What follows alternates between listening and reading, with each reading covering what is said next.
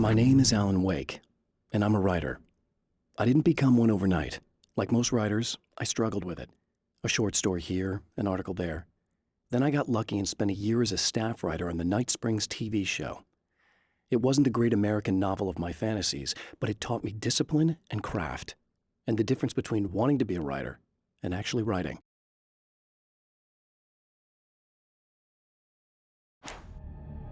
Mr. is a twisted copy of me, powerful and dangerous. But I know I can fight him. I don't think anybody else can.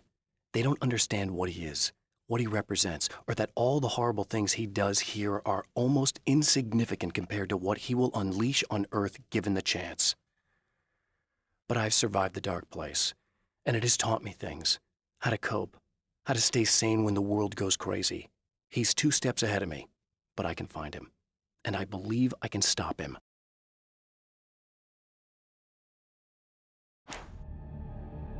The reality we take for granted is softer, more adaptable than we think.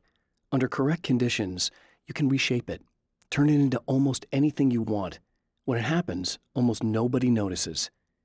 It's not that we forget, it's that after the change, there's nothing to remember. Only those who have been directly touched by the powers that can shift reality are aware of the changes. Many are driven mad by it. Others can cope. I'm one of those people, and I know how to wield that power to rewrite reality.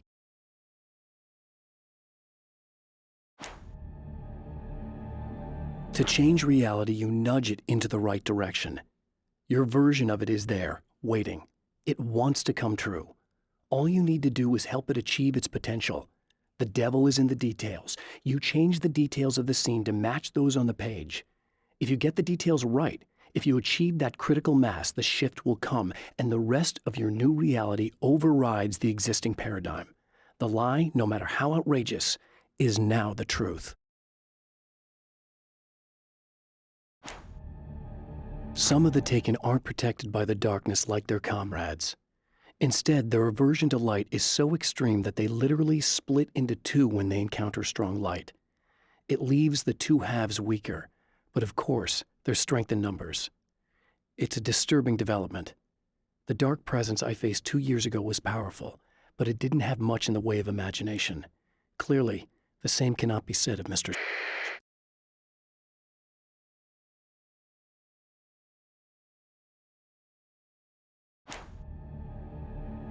The strands of webbing glistened in the beam of my flashlight, fine, almost ethereal. They were fresh and right in my path. I held my breath and waited, ears straining. Nothing. I moved on, concentrating on the task at hand. Just get what I was looking for, then leave. That's all I keep telling myself. For a moment, I actually thought it might be as simple as that.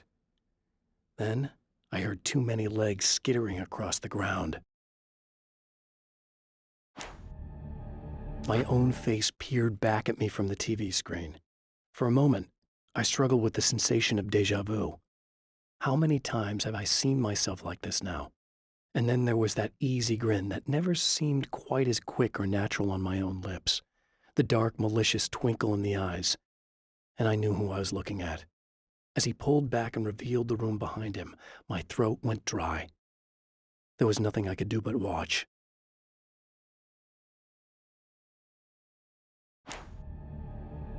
At the oil derrick, the wheel had been jammed in place and turned until the oil gurgled and flowed thick and flammable. The warning lights were blinking in a fast rhythm, bright and steady, powered by the battery. The Kasabian CD was playing in the boombox, all distorted guitars and intense beat.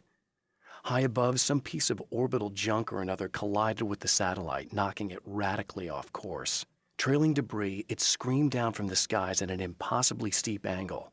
All that high-tech engineering reduced to nothing more than a bullet that would destroy whatever it hit.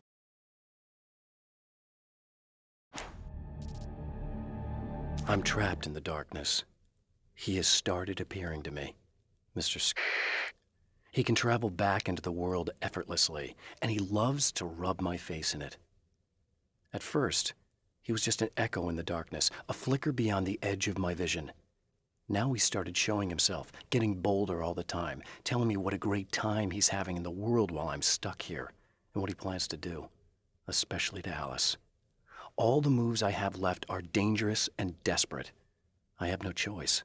I have to hunt him.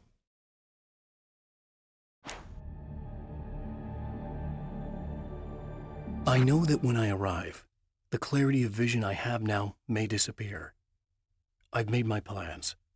I've prepared for this, but I know the transition from the dark place will be hard on me, and not just physically. It may affect my mind, my memory. These pages should help me remember and focus. That's worked for me before.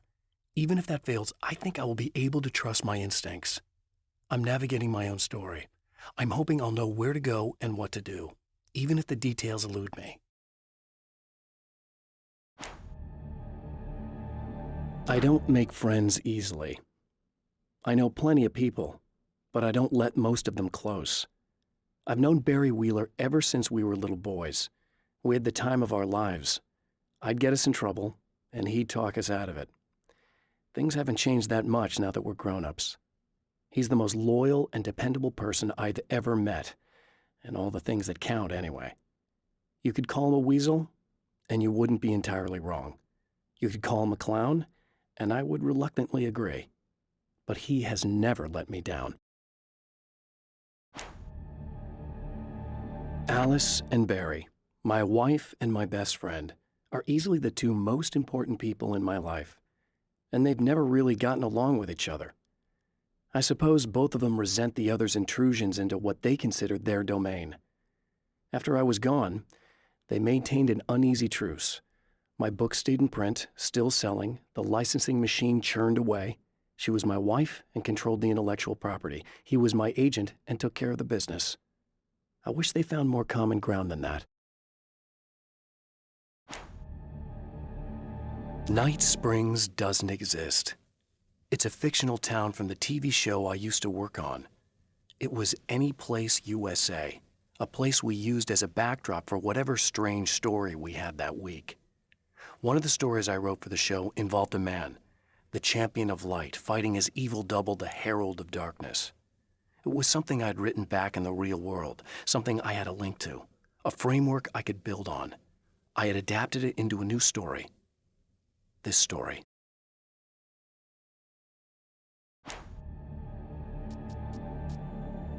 Now Night Springs is in Arizona, although not for long. It's in Arizona because whatever the town that has become Night Springs is really called is located near one of the thin, worn places in the world where dreams and reality flow together and life is always a little strange. Perfect analogy for Night Springs. I can't return to the real world. I've tried, but I'm operating on dream logic, forcing the door open a crack so I can slip through. I can enter the strange little town of Night Springs. All I did was put it in Arizona for one night.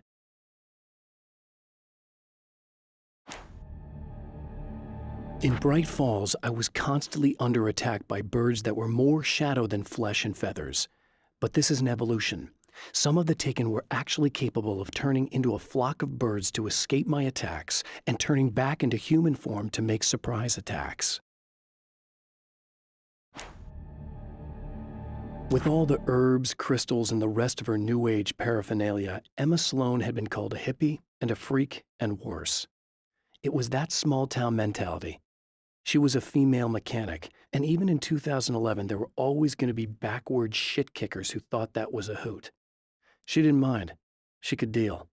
She could take any engine apart, even the new ones with all the computers in them.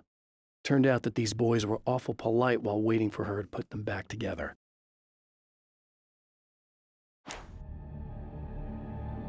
Thor and Odin Anderson, old gods of Asgard.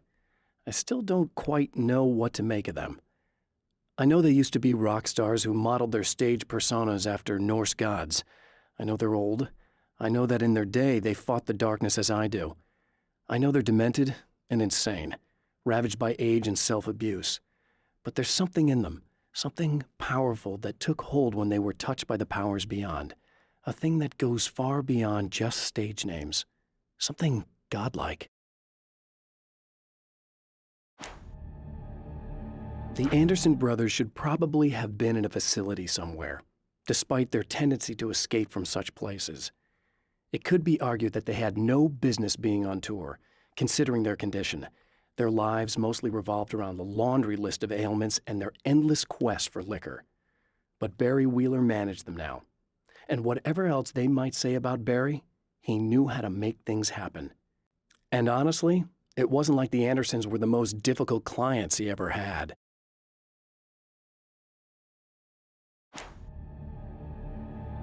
Getting the Andersons into the recording studio was a struggle and a half. But once they actually picked up the instruments, something happened. They were two old men, and they weren't. They were doddering bags of bone, and they were barely contained power. And there was music. Barry rubbed his hands together. He knew how to pick a winner. Now all they needed was some direction on how to make things a little more modern. Barry had never produced a thing in his life, but he knew what he liked. He knew Balance Slays the Demon was going to be a hit.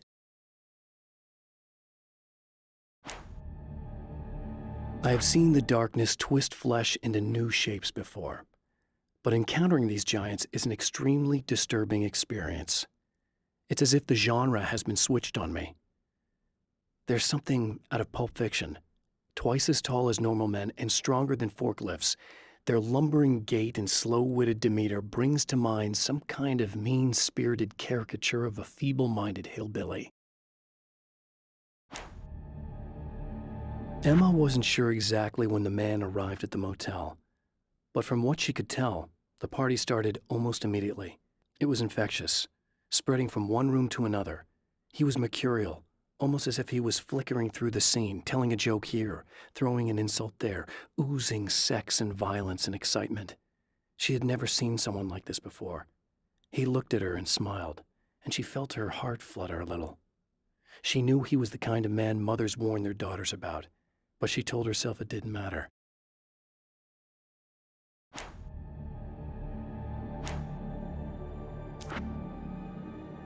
As a storyteller, my first real love was crime. And it was in that genre that I finished my first novel, starring the perpetually miserable Alex Casey, whose entire life was a wound that never healed. The books sold as fast as they hit the shelves. I wrote 5 more Alex Casey books, and they all were bestsellers. I became rich. I became famous. Success brought pressure, and I didn't handle it very well. The pressure of success got to me. My wife Alice was the sole thing in my life that anchored me. Suddenly it wasn't enough. I couldn't write anymore. I distracted myself with wild parties and whatever trouble I could scare up.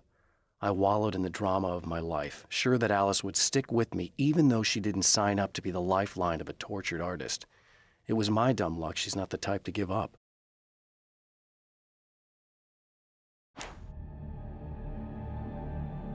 I've seen the enemy, and it's me. I've faced dark horrors before, things that live in the unimaginable pressures of the world beyond our own. Sometimes they masquerade as humans. That's what ultimately lurks inside Mr. Scrooge. He's every mean-spirited tabloid story about me, an evil caricature, a creature formed in that vague territory of misconceptions, half-truths, and the dark imagination of people who heard a story about me. An urban legend made flesh, a serial killer, my dark half, brought to life by the power of Cauldron Lake.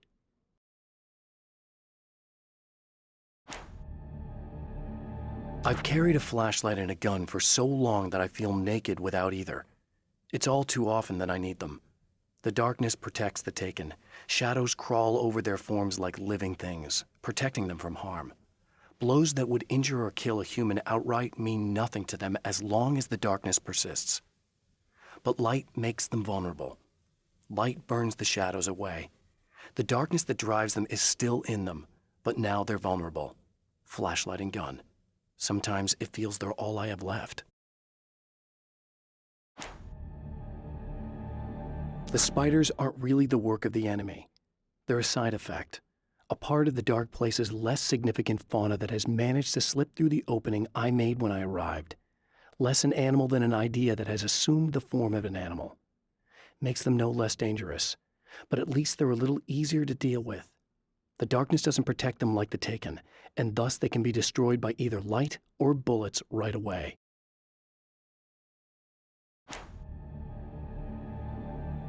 The atmosphere in the projection booth at the drive-in was charged, almost unreal. Despite that, the air felt cool and refreshing this late at night. It'd been a hot day. The summer was nearing its end, but it wasn't over yet. The darkness rose from the depths of Cauldron Lake and took Alice. It needed words. It needed me to write its way into our world. She was leverage, a hostage. I complied, but with a twist. I put in a loophole that gave me a chance to fight back. I was hunted by shadowy enemies, but I faced the darkness. I fought it with light. I drove it back. I saved Alice, but it came with a cost. I was trapped in the dark place below Cauldron Lake. After my disappearance, they thought I was dead. I might as well have been. I know it's been 2 years. I know Alice has moved on. I've tried to find a way back to her, back to my life, but escaping the dark place is almost impossible. Time does strange things here, but dreams and radio signals can pierce the veil between the worlds. I catch glimpses and echoes of the world. Sometimes I send messages out. I can only pray that they hear them.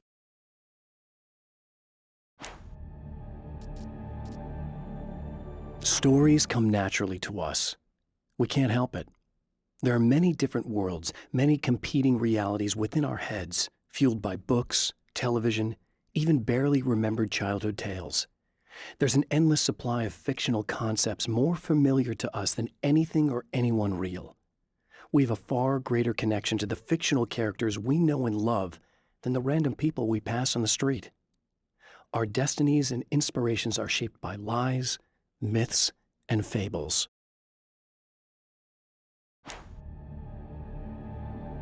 There are places where our world is worn thin and another reality brushes against ours. One such site is Cauldron Lake near Bright Falls, Washington. But there are others. That other reality is dark, vast, and malleable, always in flux. In its depths dwell vast forces and alien energies. They're dangerous. But in one of these places, if you know how, you can channel the power of that place and use it to shape reality. The Taken may well be the tool the darkness favors over any other. At some point, they used to be human, but whatever humanity they once had is long gone. Now they're just shells covered and filled by darkness. The Taken Mr. throws at me are more grotesque and varied than the ones I first encountered in Bright Falls. But I know how to deal with them. I'd be lying if I said they don't frighten me. But I've survived worse. I can't let them stop me. When Dr. Rachel Meadows got the call from Michael, telling her to hurry to the observatory, she didn't waste any time. It had been a nice party. She'd had a good time, but her social life would always play second fiddle to the mysteries of space. Michael never showed up, of course. He pulled over at the wrong rest stop. She never even thought about him at the time. The phenomenon in the sky above her was too fascinating. The film noir poster reminded me of Alex Casey, the detective's cool exterior never cracking even with the gun pointed in his face. In the back room, all the lights had been turned off, except for the lone spotlight which illuminated the bright red fire extinguisher on the wall.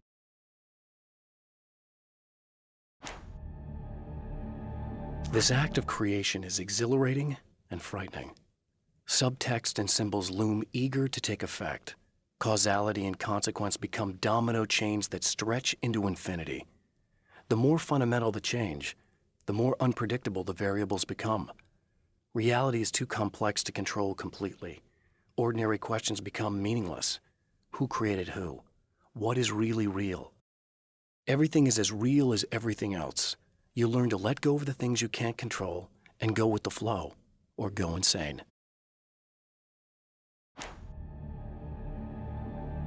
The man before Dr. Meadows was handsome and slick. He moved with lazy confidence and didn't bother to pretend that he wasn't staring at her. She didn't mind, at first. Then the man flicked open the knife and shoved her out of the control room so she wouldn't hear the signal, whatever it was. Outside, she pulled her lab coat closed and thought about running. She didn't. She didn't think she'd get very far. Not from him. She never was entirely sure why he spared her.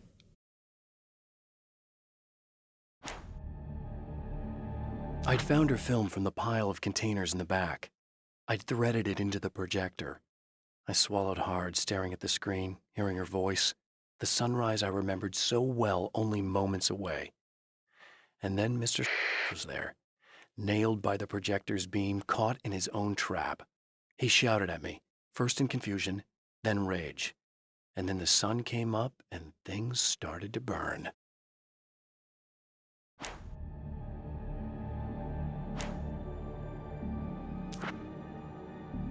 My writer's block got worse. I didn't sleep much anymore. My life with Alice seemed like a constant fight. I was a wreck. Alice took steps. She booked a vacation in Bright Falls, a small town in Washington. It was supposed to be a chance to break out of the cycle I was in. She didn't know about the darkness in Cauldron Lake. Alice, my wife, the best thing that ever happened to me. She smiles and the darkness lifts. For her, I've tried things I otherwise never would. I've never really minded if it's made me feel like a fool. She's a photographer, and the world she sees through her lenses is unique and beautiful. She has the vision. She sees things others don't and knows how to make them visible to everybody. She did it with me, too. She teased out things I was only vaguely aware of. She always saw me in the best possible light. It's been 2 years since I came here. Being that long without Alice breaks my heart, and I know it broke hers. I know she thinks I'm dead. How could I blame her for that?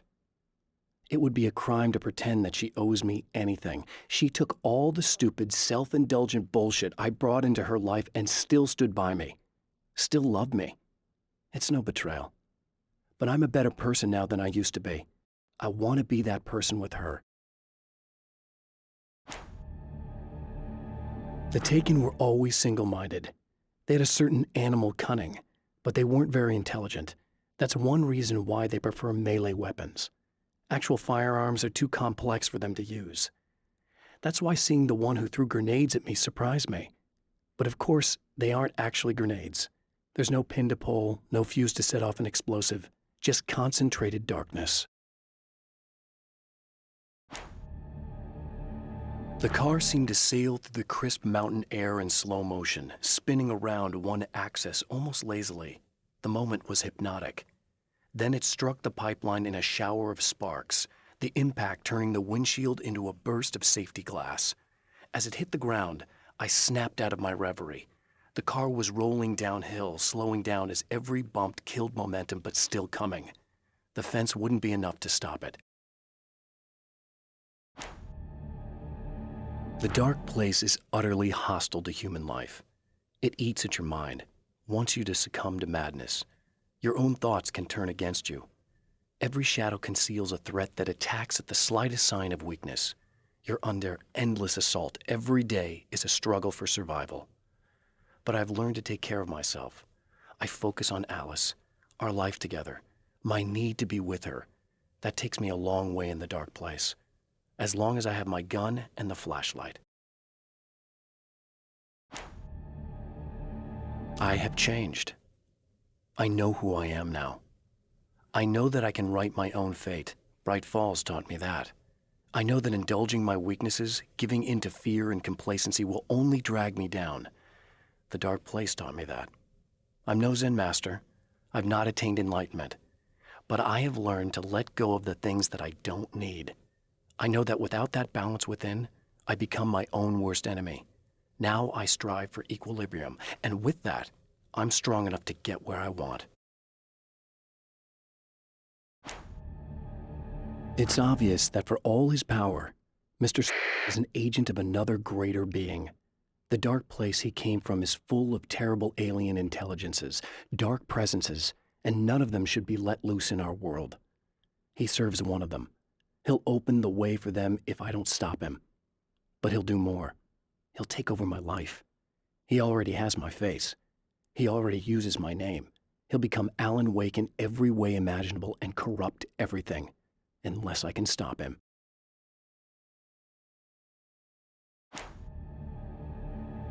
The trap Mr. has set for me is as simple as it is impossible. Whenever I reach him, he sends me back to the beginning of the maze. It's a loop in time. I go through it only to end up where I started. There's a brutal genius to it. If I die, it's over for me. If I survive, I end up where I started.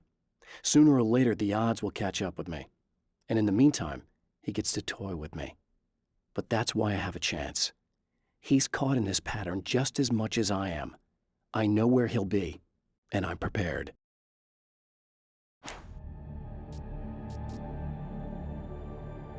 I have created the weapon that can put an end to this, a blueprint to a new reality.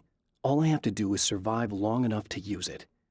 My arrival from the dark place will be painful and difficult. These pages may be lost. But one way or another, I'll send the parts I really need to myself. If I make it outside, I have a chance. Mr. is more powerful than I am, but he can't change the rules in the middle of the game. He's not a creator. I am. To change the world, you must craft a blueprint for the new reality. Any work of art will do, as long as it's a genuine act of creation. That's what the energies of the dark place respond to. The results may be subtle and perplexing, or far-ranging and momentous. My area of expertise, the written word, gives much more precise results than music or interpretive dance would, for instance. But words can be extremely dangerous. What you define may become reality, but so can that which you imply, even if you don't realize you're doing so.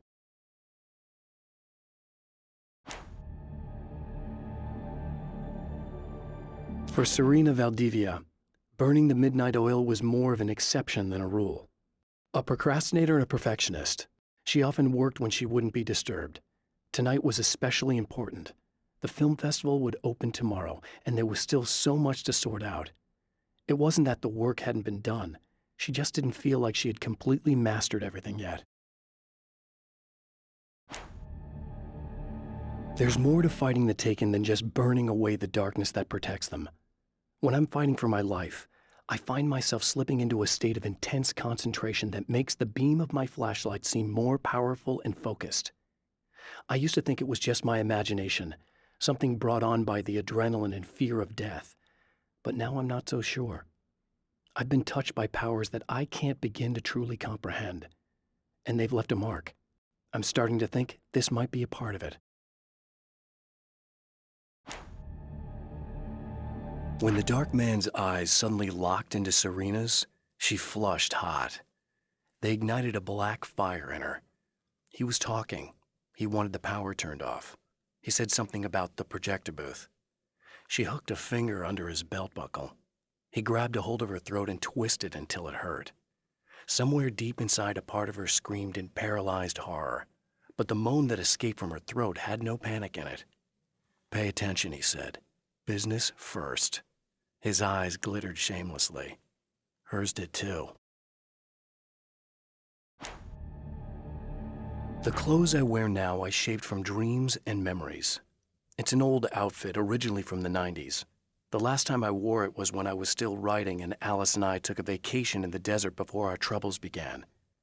The night before, we'd been at a party, and I had dressed to the nines. On that lazy day, I put on these old clothes, worn and comfortable. Alice made a joke about grunge. I felt a little embarrassed, but I stuck with them. We were very happy. I'm sheathed in good memories to remind myself of what is at stake.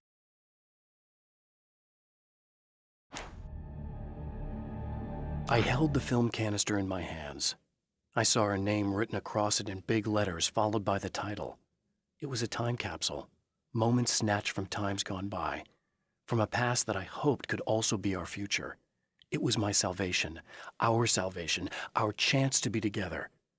A tin can with a bit of magic in it that she didn't even know about, something I could put to good use. There were only moments left before I had to face him.